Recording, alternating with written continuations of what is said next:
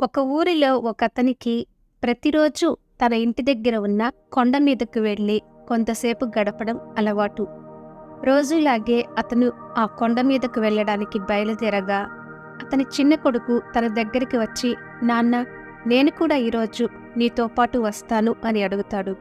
ఆ వ్యక్తి కొడుకుకి ఎంత నచ్చ చెప్పాలని చూసినా ఆ బాబు అంగీకరించక బాగా మొండి చేయడం వల్ల తప్పక తన కొడుకును కూడా తీసుకొని వెళ్తాడు.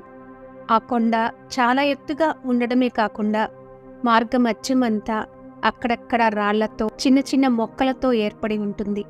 రోజు ఆ వ్యక్తికి అలవాటైన దారి కాబట్టి, ఎక్కడ రాళ్ళున్నాయో అతనికి తెలుసు కాబట్టి వాటిని తప్పించుకొని నడుస్తూ ఉంటాడు.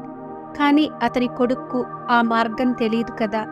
మార్గంలో ఒక రాయి తగిలి కింద పడిపోయి వెంటనే అబ్బా అని గట్టిగా అరుస్తాడు. అది విశాలమైన కొండ ప్రాంతం కావడం వల్ల అతని గొంతు అతనికే మళ్ళీ ప్రతిధ్వనించి అబ్బా అని మళ్ళీ వినబడుతుంది.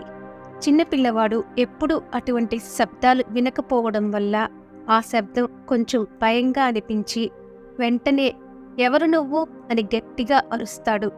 వెంటనే మళ్ళీ అతని ప్రతిధ్వని ఎవరు నువ్వు అని అతనికి వినబడుతుంది.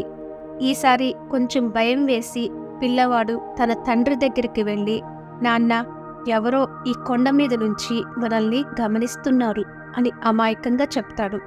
పిల్లవాడి మాటలు అర్థం చేసుకున్న తండ్రి గట్టిగా, నువ్వంటే నాకిష్టం అని చెప్తాడు. మరలా అవే మాటలు వారికి ప్రతిధ్వనిస్తాయి.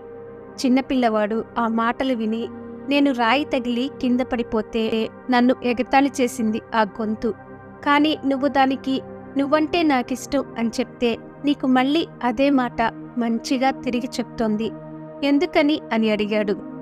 అప్పుడు తండ్రి కొడుకుతో, ఈ విశాలమైన ప్రదేశంలో నువ్వు దానికి ఏం చెప్తే అదే నీకు తిరిగి వినబడుతుంది.